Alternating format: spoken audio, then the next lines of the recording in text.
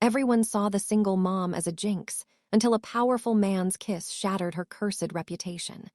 Now, trapped in a world of deadly secrets and criminal empires, she must use her unique gift to survive.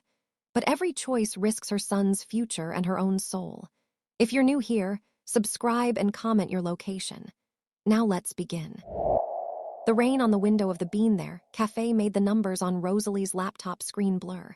She rubbed her eyes. Her son, Daniel, was at a friend's house for 2 more hours. She needed this job. She really needed this job. The last one at Stella's Stitches had ended when the tailor shop burned to the ground one Tuesday night. The town of Cedarbrook whispered about her. "There goes Rosalie James," they'd say. "Sweet woman, but cursed. A jinx. Anything she touches goes up in smoke." Rosalie wasn't cursed. She was just very, very good with numbers. Too good. She saw patterns others missed. In the mess of receipts for coffee beans and pastries at the Bean There, she saw another pattern. Tiny, regular cash deposits. Invoices from a supplier that didn't seem to exist. It was a little too perfect, a little too stupid. It looked exactly like the books from the laundromat that had mysteriously exploded last month. Her heart sank. She closed the laptop with a quiet click. She wouldn't say anything this time. Last time at the bookshop, she'd politely asked the owner, Mr. Paul, about some odd discrepancies. He'd gotten very nervous, very angry. 3 nights later, the bookshop was a pile of blackened timber. She packed up her and Daniel's life 3 times in 2 years. They lived in a small, sad apartment on the wrong side of town. Daniel's only pair of good shoes had a hole in them. She served coffee with a tight smile until her shift ended.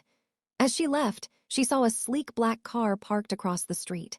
A man in a dark suit watched her. She hurried home, her heart pounding, telling herself she was being silly. She was not being silly. At 3 a.m., her phone buzzed with alerts.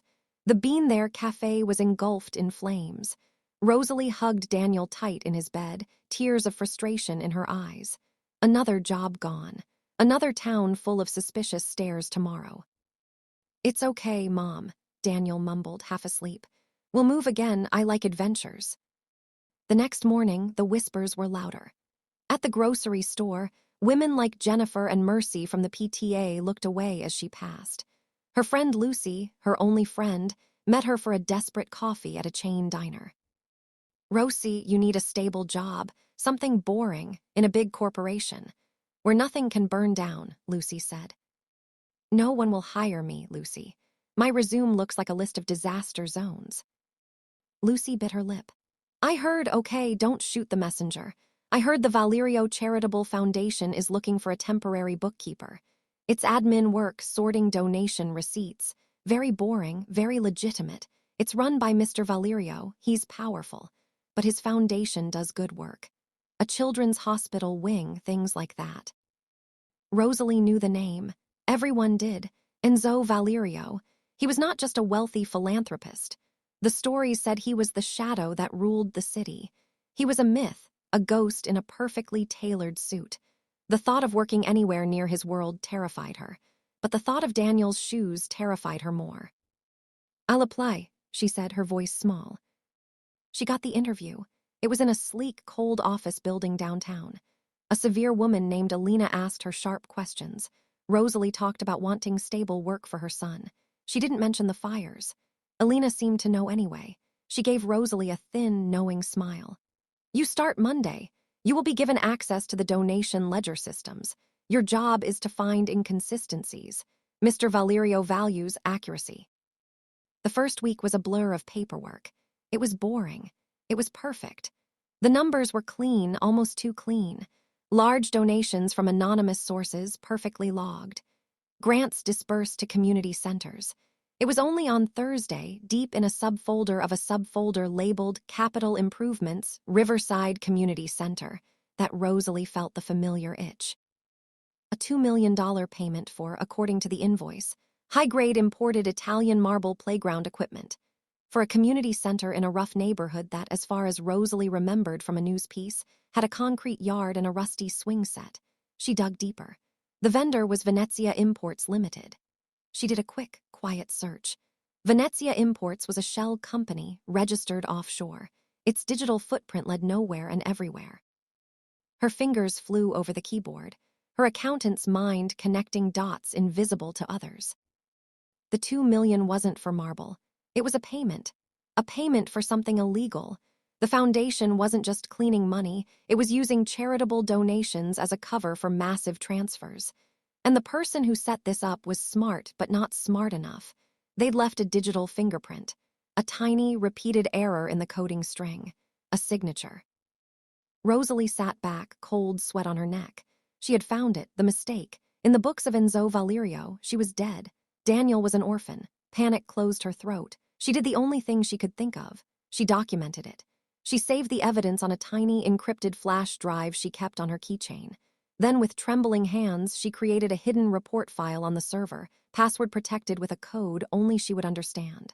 A fail-safe. If anything happened to her, maybe someone would find it. She expected men in black suits to grab her that afternoon. Nothing happened. Friday passed. The weekend was a tense nightmare of pretending everything was fine for Daniel. On Monday, she was called to Alina's office. "Mr. Valerio has reviewed your work," Alina said, her face unreadable. "He is impressed. He requests you attend the Cedar Brook Elementary School winter play this evening. Your son is in it, yes. He will meet you there to discuss a permanent position." It was a threat, a clear, horrible threat. They knew about Daniel. They knew where he would be. Rosalie felt the world tilt. She could run, but running from Enzo Valerio was a fairy tale. She went to the play, her stomach in knots. She sat in the back, scanning the crowd.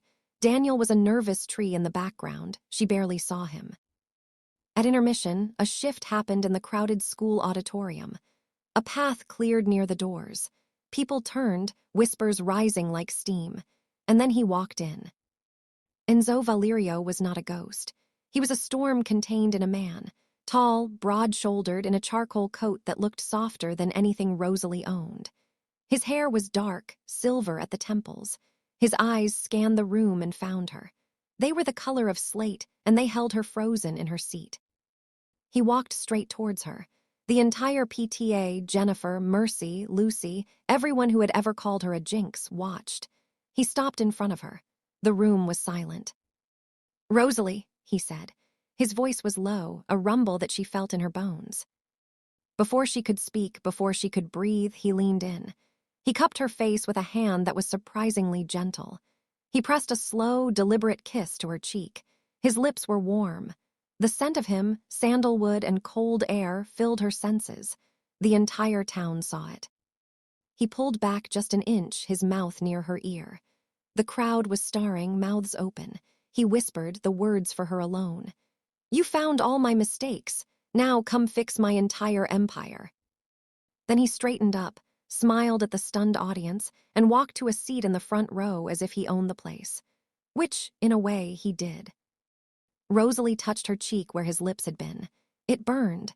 The whispers around her were no longer about a Jinx. They were filled with shock, with fear, with a new, terrible respect. Jennifer's face was pale. Mercy looked like she might faint. The world hadn't ended. It had been remade. In one moment, she had gone from the town's unlucky charm to the woman kissed by the king, and she had no idea what happened next. The play ended in a blur. Daniel, still in his tree costume, ran to her, his eyes wide. "Mom, was that the scary man from the news? Why did he kiss you?" "I don't know, baby," she whispered, clutching him tight. A man in a suit, different from the one in the car, appeared beside her. He was younger, with sharp green eyes. "Miss James, I'm Marco, Mr. Valerio's driver. He would like you and your son to come to dinner, to discuss your employment." His tone left no room for refusal. They were driven in a silent, luxurious car to a restaurant that looked like a castle. Valerio was waiting in a private room. Daniel, wide-eyed, was ushered to a smaller table with a tablet and a plate of pizza by a kind-faced woman named Rita. Rosalie was left alone with him. "Sit," Valerio said. He wasn't asking. She sat. "What do you want from me?" "You saw the flaw in the Riverside transaction." "Yes." "How?" "The invoice was wrong. The cost was absurd. The vendor was a ghost. The coding string had a repeated error in the 7th digit. It's a signature. Someone inside is skimming or they're incompetent. Valerio watched her. The person who made that error is no longer with us, but the problem is bigger. My operations are leaking. Money is being diverted. Rivals are getting information. I believe I have a rat. Several rats. Your job is to find them. You will have access to everything. Every business, every shell company, every offshore account. I'm a forensic accountant, not a spy, Rosalie said, her voice trembling. You are a woman who sees the truth in numbers. Numbers don't lie. People do. You will find the lies for me. And if I say no? He glanced over at Daniel, laughing at a cartoon on the tablet. Then he looked back at her. His eyes were hard. That is not one of the options, Rosalie, but say yes and you will never want for anything again. Your son will have the best of everything. Safety, security, no more running, no more fires. The word fires hung in the air. He knew about all of it. The fires, the cafes, the shops. Were not your fault, he finished. You worked for small-time fools. When you found their sloppy laundry, they panicked. They burned their own places down to destroy evidence, not because of you. But it was convenient to let the town think you were a jinx. It kept you hidden, until I found you. He had been watching her. The car outside the cafe, it was his. Tears of anger and fear pricked her eyes. You trapped me. I recognized a valuable asset, he corrected. Now do we have an agreement? She looked at Daniel, at his patched backpack on the floor. She thought of the hole in his shoes, the fear in his eyes every time they had to move. She looked back at Valerio, at the power and the danger and the strange, unsettling promise in his gaze. Yes, she said, the word tasting like ash. Good, he signaled for Rita. Rita will take you to your new home. Marco will bring your things from your old apartment. Don't go back there. The new home was a penthouse apartment with views of the city. It was beautiful and cold. Daniel had a room filled with toys. Rosalie had a walk-in closet bigger than her old kitchen. She felt like a bird in a gilded cage. The next morning, Marco took her to Valerio's real office in the basement of a nondescript building. It was a high-tech fortress. Screens showed financial markets, security feeds. Alina was there, her smile still thin. Your workstation, Alina said. For the next week, Rosalie dove into the numbers. It was a labyrinth of deceit. She saw the whole picture now. Valerio's empire was vast. Construction, waste management, nightclubs, the charitable foundation. And someone was bleeding it dry. She found the patterns. Small discrepancies in trucking manifests for the waste company. Overstated supply costs at a nightclub called Chromium. All of them had that same tiny, flawed coding signature. Someone in the IT department, maybe. Someone named David, according to the access logs. She prepared her report, her heart heavy. She was about to get a man killed. She handed the file to Valerio in his office. He read it in silence. David in IT, he said softly, and the money is being funneled to a shell company called Blackthorn Holdings. He looked up. Blackthorn is a front for the Sokolov family, my chief rivals. He picked up his phone. Bring David to the warehouse. He looked at Rosalie. Come, you will see what your work means. No, I don't want to. You must, he said, his voice leaving no argument. You need to understand the world you are in now. The warehouse was cold and smelled of oil.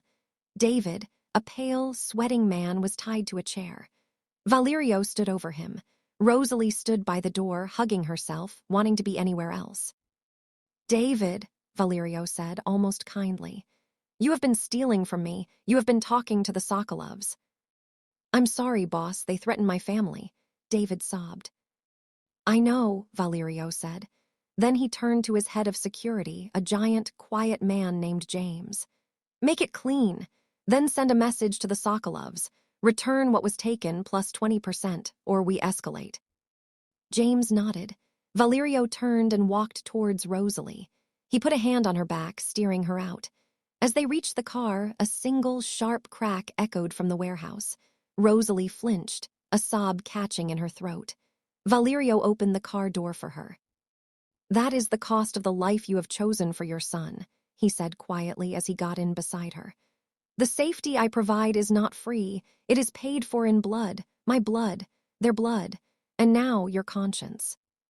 She cried silently all the way back to the penthouse.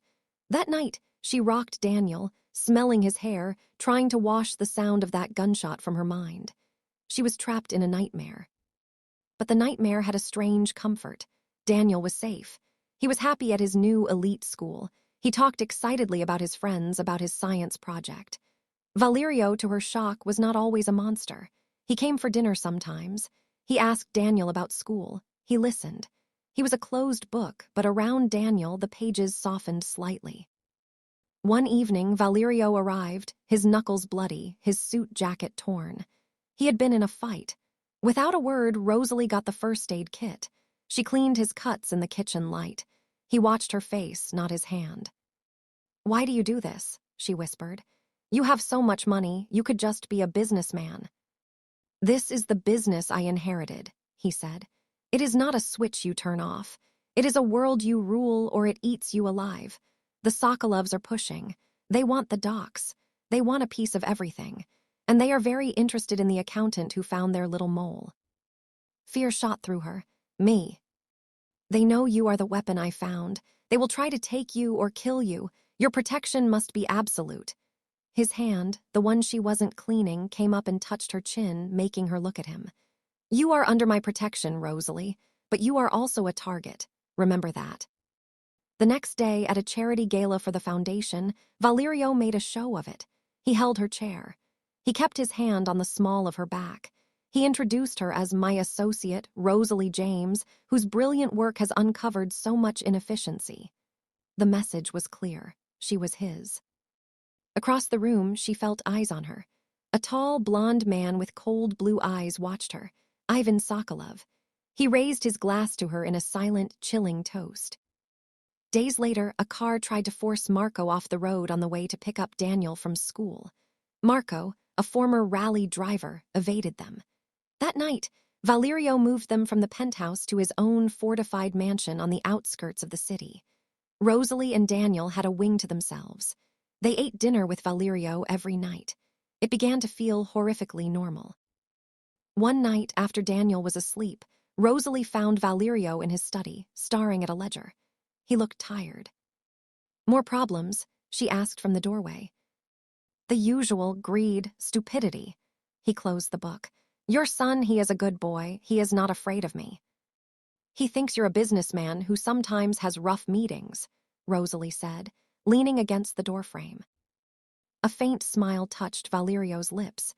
"And you, what do you think I am?" She walked into the room. "I think you are a man who kills people. I think you are a man who provides safety for my child. I think you are both, and I don't know how to feel about that." He stood up and came around the desk, stopping close to her. "You feel confused. You feel angry. You feel a pull. I see it in your eyes when you patch up my wounds. I feel it when you are near." He was right. She hated it, but he was right. The danger around him was a drug. The power he wielded for them was a shield. She both loathed and needed him. "This can't happen," she whispered. "It already is," he said, and he kissed her. It wasn't like the kiss on the cheek. This was claiming, desperate, full of all the tension and fear and strange attraction that had built between them. She should have pushed him away. Instead, she pulled him closer. That night, she didn't sleep in her own room. Things changed again. The connection was no longer just business. It was personal. It was terrifying. Valerio was different with her, softer in private, harder in public. The Sokolovs saw this too. They saw his weakness. The attack came at the city's annual winter festival. It was a public event, full of lights and families. Valerio insisted they go to show strength. Daniel was between them, holding their hands, begging for hot chocolate. Rosalie felt happy for a fleeting moment, like a real family. Then chaos. Men emerged from the crowd. Ivan Sokolov was with them. Guns were drawn. Screams erupted. Valerio shoved Daniel into Rosalie's arms and pushed them behind a large concrete planter. "Stay down," he yelled, pulling a gun from his coat.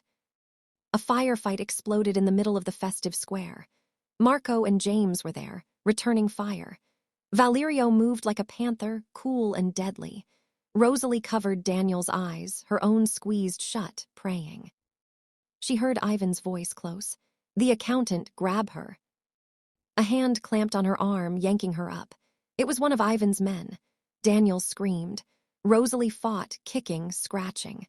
Valerio turned and saw. His face went from cool control to pure rage. He didn't shoot. He charged. He tackled the man holding her, knocking him to the ground. He punched him once, twice, a sickening crunch. He grabbed Rosalie, shoving her back towards cover. In that split second, he was exposed. A shot rang out, not from Ivan's men, from a rooftop, a sniper. Valerio jerked. A bloom of red appeared on his shoulder. He stumbled. "Enzo!" Rosalie screamed. He fell to one knee. Ivan Sokolov walked forward, a smile on his face, gun aimed at Valerio's head. "Goodbye, old man, I'll take your empire, and your accountant." Rosalie saw it all in slow motion. Valerio, wounded, Daniel, sobbing, Ivan's finger on the trigger, and something in her broke, not into pieces, but into sharp, deadly points. She didn't think, she moved. She lunged not at Ivan, but at the man Valerio had knocked down. His gun was on the ground. She grabbed it. It was heavy, cold. She had never held one before. She turned, raised it with both shaking hands, and pointed it at Ivan Sokolov. "Get away from him," she yelled. Her voice didn't sound like her own. Ivan laughed, turning his gun towards her. "The Jinx has a gun, how cute." "Mom," Daniel cried. She looked at her son's terrified face. She looked at Valerio, bleeding on the ground, his eyes locked on hers. She saw the future. If Ivan won, Daniel died. Valerio died. She died. Her finger tightened on the trigger. The gunshot was the loudest sound she had ever heard. Ivan Sokolov's smile vanished. He looked down at his chest, a look of pure surprise on his face. A dark red stain spread across his white shirt. His gun fell from his hand, clattering on the cobblestones. Then his knees buckled and he crashed to the ground. Silence. For 1 second, there was absolute silence in the square, broken only by the distant wail of sirens. Then chaos returned. Ivan's men, seeing their boss fall, panicked. Some ran. Some raised their guns, but Marco and James were already on them, disarming them with brutal efficiency. Rosalie dropped the gun. It hit the ground with a thud. She stared at her hands. They were shaking violently. She had just killed a man. "Rosalie!" Valerio's voice was strained. He was clutching his shoulder, blood seeping between his fingers. But his eyes were on her, blazing with an emotion she couldn't name. Pride, shock, something else. She rushed to him, falling to her knees. "You're shot." "It's a scratch," he grunted, but his face was pale. "Daniel." "I'm okay, Mom," Daniel whispered, creeping out from behind the planter. His eyes were huge, fixed on Ivan's body, then on the gun on the ground. James was already there, applying pressure to Valerio's wound with a folded cloth. "Sniper's gone. Police will be here in 90 seconds. We need to go. Now." Marco scooped up Daniel.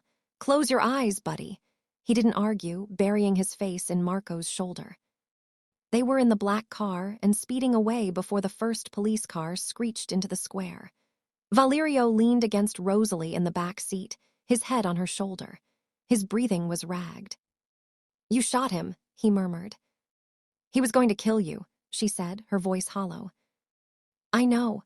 He lifted his good arm, his hand finding hers, squeezing it tight. "My brave Rosalie." They didn't go to a hospital. They went to a private clinic that belonged to Valerio. A doctor who asked no questions patched up his shoulder, a clean through-and-through wound. Rosalie sat in the hallway, Daniel asleep on her lap, covered in a blanket. She couldn't stop seeing it, the gun in her hand, the look on Ivan's face, the sound. Valerio came out, his arm in a sling, his suit jacket gone. He looked tired but alert. He knelt in front of her, ignoring the pain it must have caused. "Look at me," he said. She did. Her eyes were full of tears. "You saved my life," he said, each word slow and deliberate. "You protected your son. You did what you had to do in the world I brought you into. That burden is now yours. I am sorry for that, but I am not sorry you are here." He leaned forward and kissed her forehead. It was a gentle kiss, full of a tenderness she hadn't known he possessed.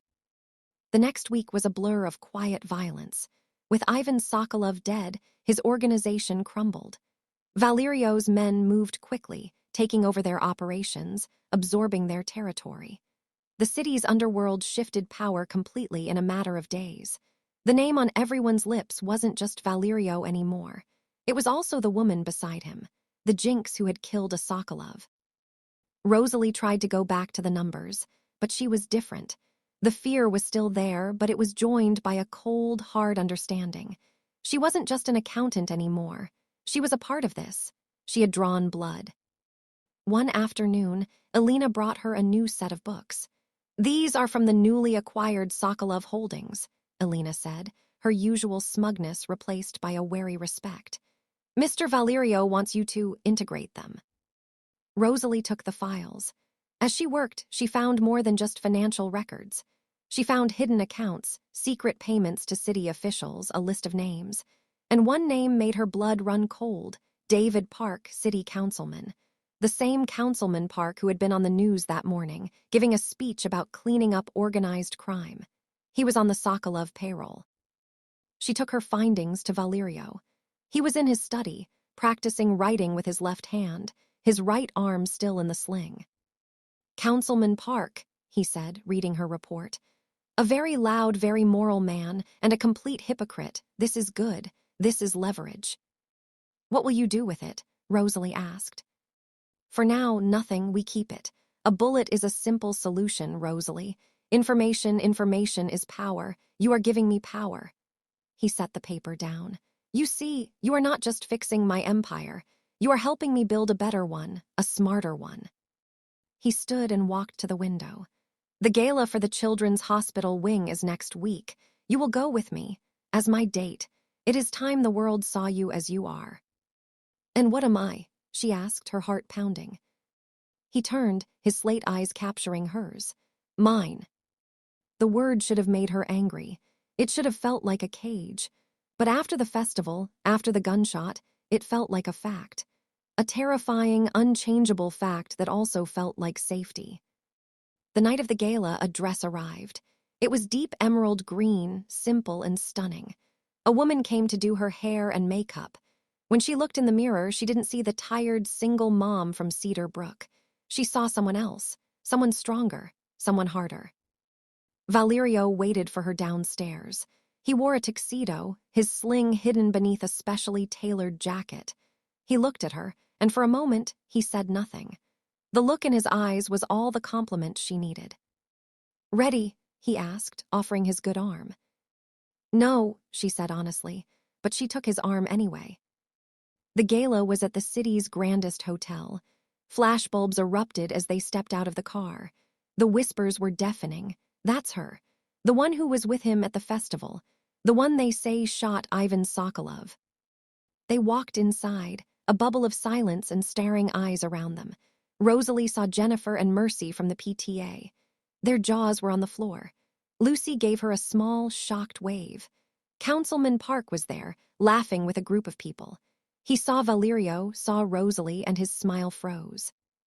Valerio led her through the room, introducing her. "My financial consultant, Rosalie James." The title was a joke, and everyone knew it. During a quiet moment near the balcony, Councilman Park approached. He was sweating. "Enzo, Miss James, a lovely event." "Councilman," Valerio said, his voice like ice.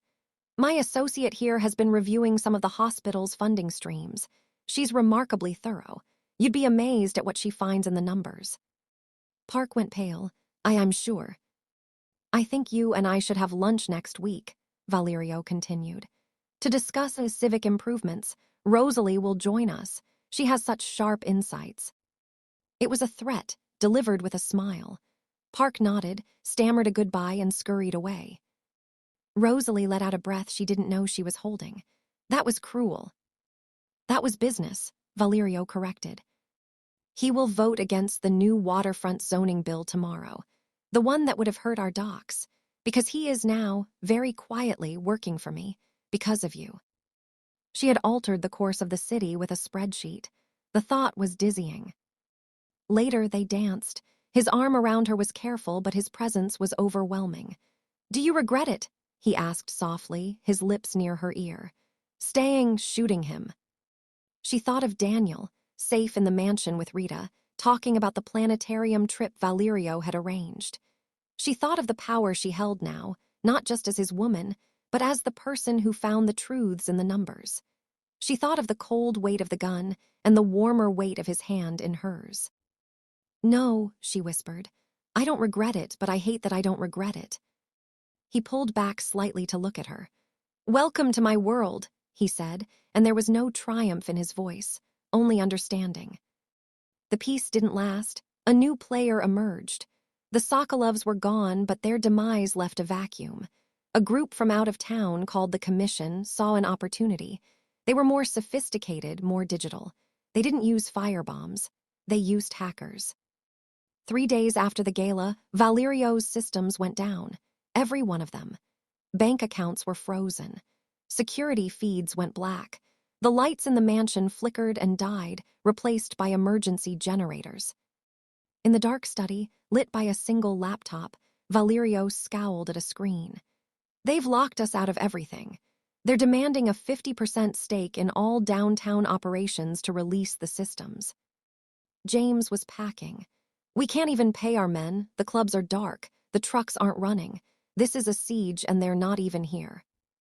Rosalie stared at the frozen login screen on her own computer. This was a different kind of battle. One fought with codes, not guns. She felt a familiar itch, a problem to solve. "Give me a computer that's not on the network," she said suddenly. Valerio looked at her. "What?" "A clean laptop. And get me every piece of paper you have. Invoices, receipts, bank statements from the last month, the physical copies." "Why?" Marco asked. "Because they can hack digital files, but they can't hack a stack of paper on my desk," she said, her mind already racing. "The pattern is in the numbers, the real numbers, not the ones in the computer. If I can see where the money was supposed to go before they scrambled it, I might find their entry point. I might find them." A spark of hope lit Valerio's eyes. He nodded to James. "Get her everything." For 24 hours, Rosalie lived in a cave of paper. She spread invoices across the floor of the library, connecting them with red string like a detective in a movie. Daniel brought her sandwiches, sitting quietly and watching her work. Valerio paced, talked in low tones on a burner phone, but mostly he watched her. He saw the fierce concentration on her face, the way her eyes darted from one paper to another. She was looking for the anomaly, the one transaction that didn't fit. The commission had gotten in somehow. They'd needed a backdoor. That backdoor would have been paid for. Then she found it. A payment from a Valerio-owned construction company to a small, obscure IT security firm called Aegis Digital. The amount was large. The service listed was network assessment. But the date was wrong. The payment was authorized after the supposed assessment was complete, and the signature authorizing it was a perfect forgery of Valerio's own electronic signature. But the paper trail backup, the one filed in the stupid, old-fashioned filing cabinet, had a different date. And no signature. "This is it," she said, her voice hoarse. "Aegis Digital, they weren't hired to assess. They were hired to plant a bug. They're the backdoor, find the owners of Aegis." Marco was on it in minutes. Aegis Digital is a shell, but the payment to them was forwarded to an account owned by a man named Felix. He's a freelance hacker, known to the commission. Valerio smiled. It was a cold, deadly smile. "An address." "We have one." "Then we have a conversation to have." Rosalie stood up. "I'm coming." "No," Valerio said immediately. "Yes," she insisted. "I found him. I need to see this through. I need to understand all of it." He saw the determination in her eyes. The woman who had shot Ivan Sokolov was gone. In her place was someone colder, sharper. He nodded slowly. They drove to a sleek downtown apartment building. Felix the hacker lived in a penthouse. They took the private elevator. James broke the door lock with one kick. Felix was a young man with glasses, surrounded by glowing computer screens. He yelped and tried to slam a laptop shut. Marco grabbed him and threw him into a chair. Valerio stood over him. You work for the commission, you locked down my systems, you will unlock them. Now. Or what? Felix sneered, though he was shaking. You'll shoot me, then your systems are locked forever. The encryption keys are in my head. Valerio looked at Rosalie. She stepped forward. She picked up a framed photo from Felix's desk. It was him and an older woman, maybe his mother, in a garden. You live well, Felix, Rosalie said, her voice calm, quiet. She pointed to the numbers on one of his screens, a real-time stock ticker. You've been moving money, skimming a little from the commission's transfers to Valerio's frozen accounts, haven't you? See that third decimal place? That's your signature. Siphoning funds to, let me guess. She leaned over and typed a few keys on his main keyboard, pulling up a hidden account. To this Cayman Islands number. The commission doesn't know you're stealing from them, do they? Felix's face went from smug to terrified in a second. How did you? I see numbers, Rosalie said. I see your numbers. Now you have a choice. You unlock Enzo's systems right now, and he might let you walk away with just that stolen money. Or I send this account information to the commission with a note about your betrayal. I wonder what they do to thieves. Valerio watched her, a new kind of admiration in his eyes. She wasn't using a gun this time. She was using the truth, and it was more terrifying. Felix broke. He sobbed, his fingers flying over the keyboard.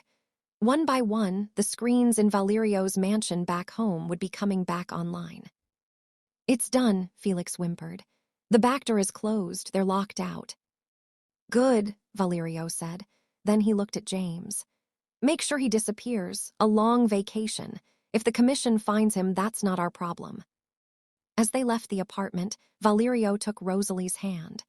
You threatened him with his own greed. That was brilliant. I learned from the best, she said, looking up at him.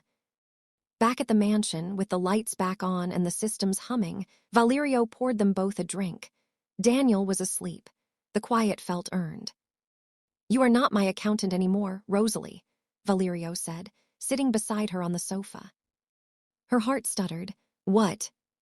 You are my partner, he said, the word heavy with meaning. In all of it, the business, the life, the danger, I cannot do this without you. I do not want to. He reached into his pocket and pulled out a small, black velvet box. He didn't open it. He just held it. This is not a proposal. Not yet. This is a promise. A promise that you are here with me for as long as you choose to be. That this is your empire, too, to protect and to build. That your son is my son. That your battles are my battles. He opened the box. Inside wasn't a ring. It was a key, a heavy, old-fashioned iron key. It's the key to the vault, he said. The real one, where the paper records are, where the real power is, it's yours. Rosalie looked at the key, then at his face. She saw the man who killed without hesitation, and the man who read bedtime stories to Daniel when he thought no one was looking. She saw the monster and the protector, and she knew they were the same person. And she knew, looking at herself in the reflection of his eyes, that she was becoming the same. A protector. A warrior.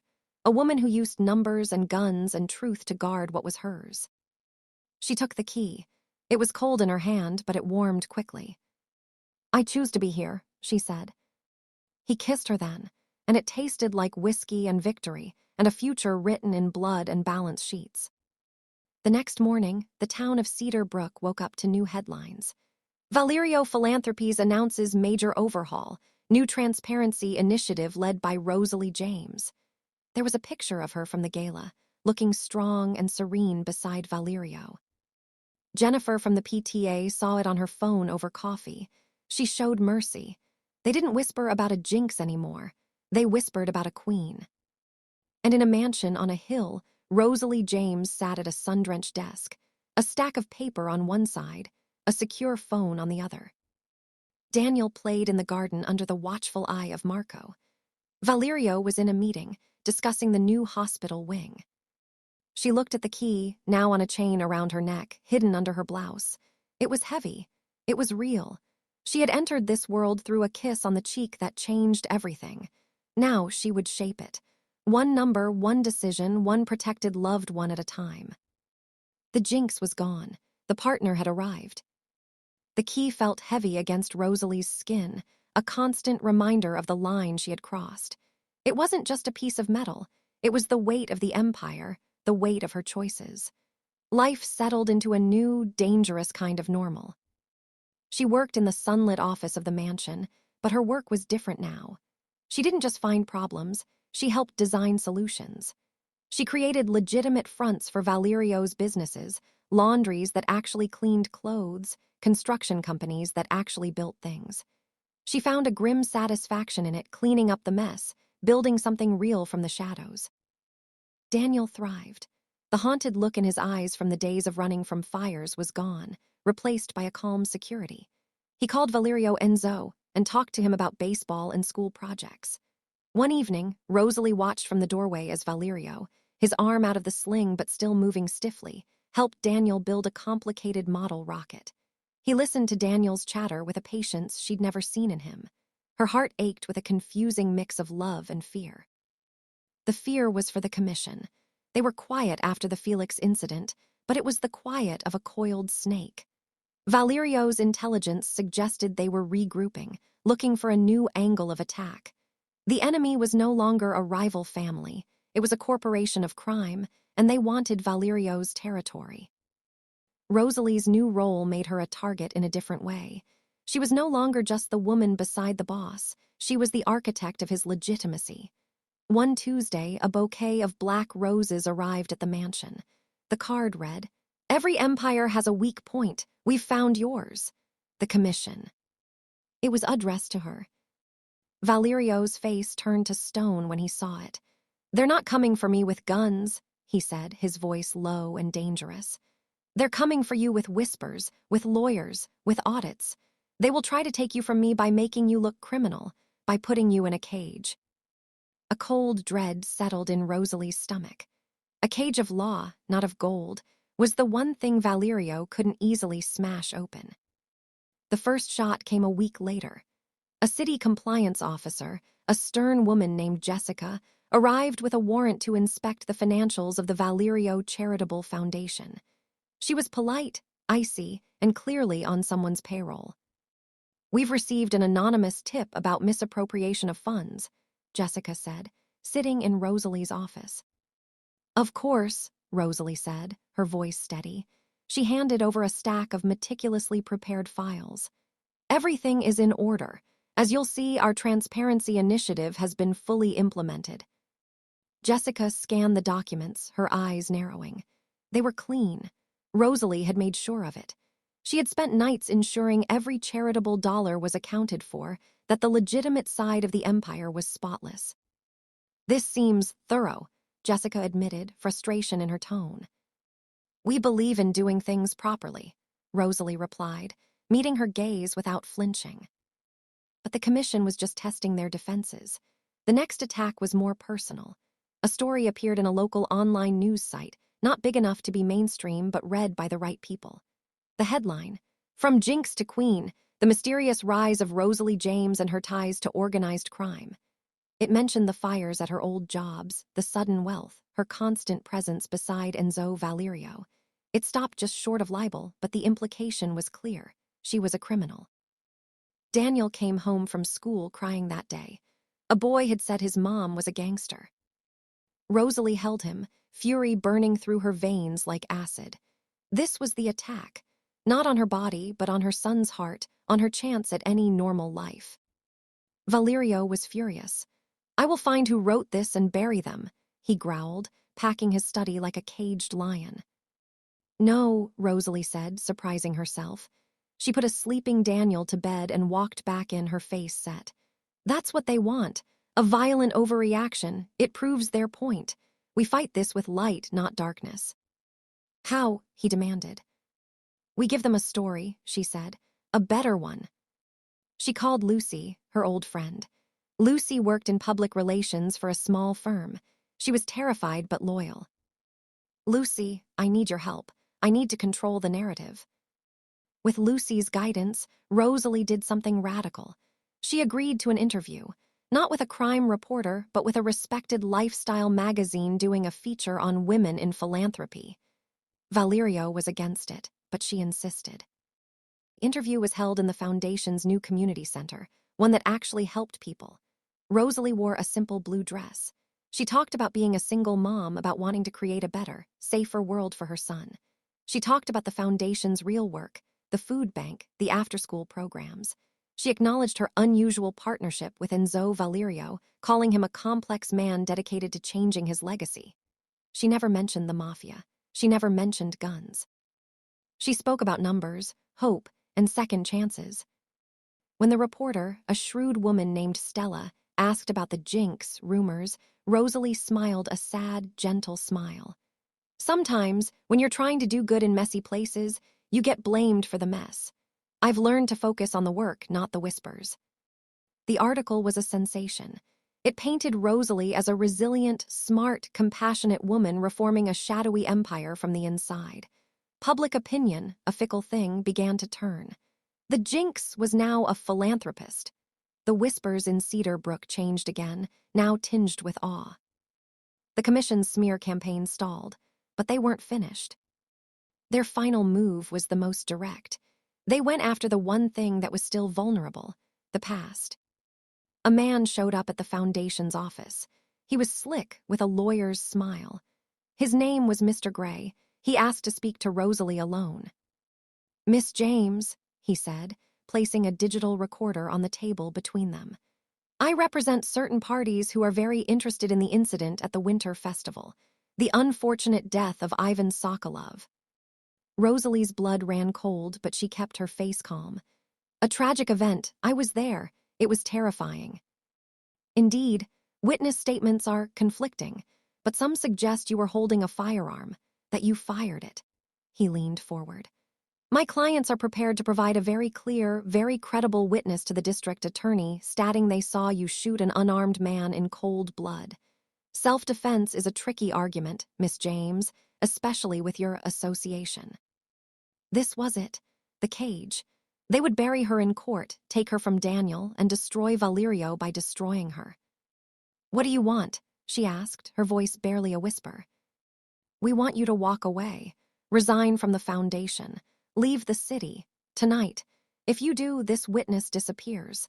If you don't, the affidavit lands on the DA's desk tomorrow morning." Rosalie felt the walls closing in. She could run, take Daniel and disappear. She had done it before. It would keep him safe. But then she looked at the key around her neck. She thought of the empire she was helping to build, the good she could still do. She thought of Valerio. Leaving would mean the commission won. It would mean going back to being a Jinx, always running. "I need to think," she said. "You have until midnight," Mr. Gray said, sliding his card across the table. She went straight to Valerio. She told him everything. His rage was quiet, which was more frightening than any shout. "They think they can use the law against me," he said. "They forget I own some of the law." He picked up his phone. "James, I need you to find a man named Gray, and I need you to get me Councilman Park. Now." The next few hours were a tense silence. Rosalie packed a bag, just in case. She hugged Daniel extra tight at bedtime. At 11:30 p.m., Valerio came to her room. "Come with me." He drove them to the warehouse. Not the scary one, but a newer, cleaner one he used for legitimate storage. Inside, in a well-lit office, sat a terrified Councilman Park and a smug-looking Mr. Gray, who was no longer smug. James and Marco stood by the door. "Councilman," Valerio said, his voice conversational, "you remember my associate Rosalie?" Park nodded, sweating. "Mr. Gray here made her a proposal. A threat, really, about the Sokolov incident. He says he has a witness." Park's eyes darted to Gray, then to Valerio. I don't know anything about that." "Of course you don't," Valerio said. "Because if such a witness existed, and if they came forward, it would be very bad.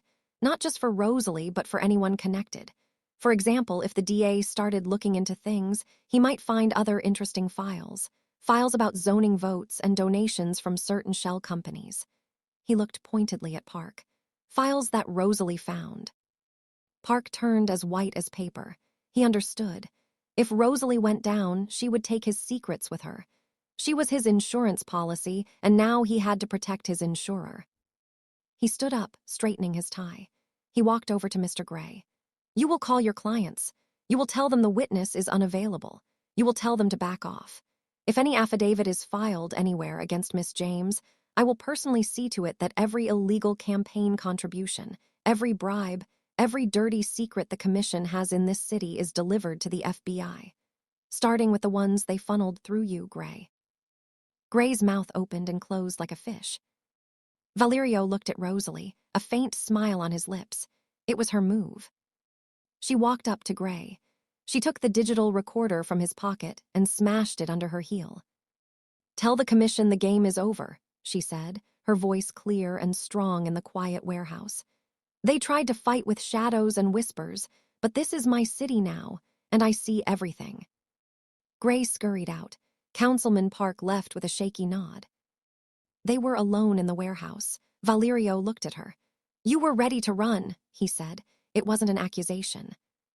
"To protect Daniel," she said. "Always." "I know," he pulled her close. "But you didn't have to, because you are not just my weakness, Rosalie. You are my greatest strength. You turned their weapon, the law, against them. You turned my biggest liability, a corrupt politician, into a shield. You are the balance." He kissed her, and in that moment the last piece of her resistance shattered. She wasn't in his world. They were in their world, a world they had made together. 1 year later. The Cedar Brook Elementary School winter play was again in full swing. This time, Rosalie sat in the front row. Valerio sat beside her, his hand resting on the back of her chair. Daniel had a speaking part this year. He was a brave knight. At intermission, people didn't stare with fear. They nodded with respect. "Ms. James," they said. "Mr. Valerio." Jennifer and Mercy from the old PTA approached, nervous. "Rosalie, the Foundation's scholarship fund, my niece was a recipient. Thank you." Rosalie smiled politely. "I'm glad we could help." After the play, as they walked out into the crisp night air, a young reporter approached. "Ms. James, a quick word about the new community center groundbreaking next week." Valerio started to step in front of her, but Rosalie put a gentle hand on his arm. She could handle this. "We're very excited," she said, giving a perfect, polished soundbite about hope and community. As the reporter left, Valerio looked down at her, his slate eyes soft. "You are amazing," he murmured. She smiled up at him. Daniel ran out, still in his knight's costume, and threw his arms around both of them. "Did you see me?" "We saw you, buddy," Valerio said, ruffling his hair. "You were the bravest knight of all." Walking to the car, Daniel in between them holding their hands, Rosalie felt a deep, quiet peace. The town that saw her as a Jinx now saw her as a leader. The man they feared as a monster held her son's hand gently. The key around her neck was no longer a weight, but a part of her. She had entered this life with a kiss on the cheek that changed everything. It was a kiss that marked her, challenged her, and pulled her into a storm. But she hadn't been swept away. She had learned to steer the storm. She had used her gift not just to fix an empire, but to help build something new from its bones. She was Rosalie James, single mom, forensic accountant, partner, protector. She was no one's Jinx. She was the queen of her own destiny. Thank you for diving into Rosalie's world of numbers and power. If this story kept you on the edge of your seat, subscribe for more tailies where love and danger collide. Comment below. Would you have taken the key and stayed, or would you have run? Let us know where you're watching from.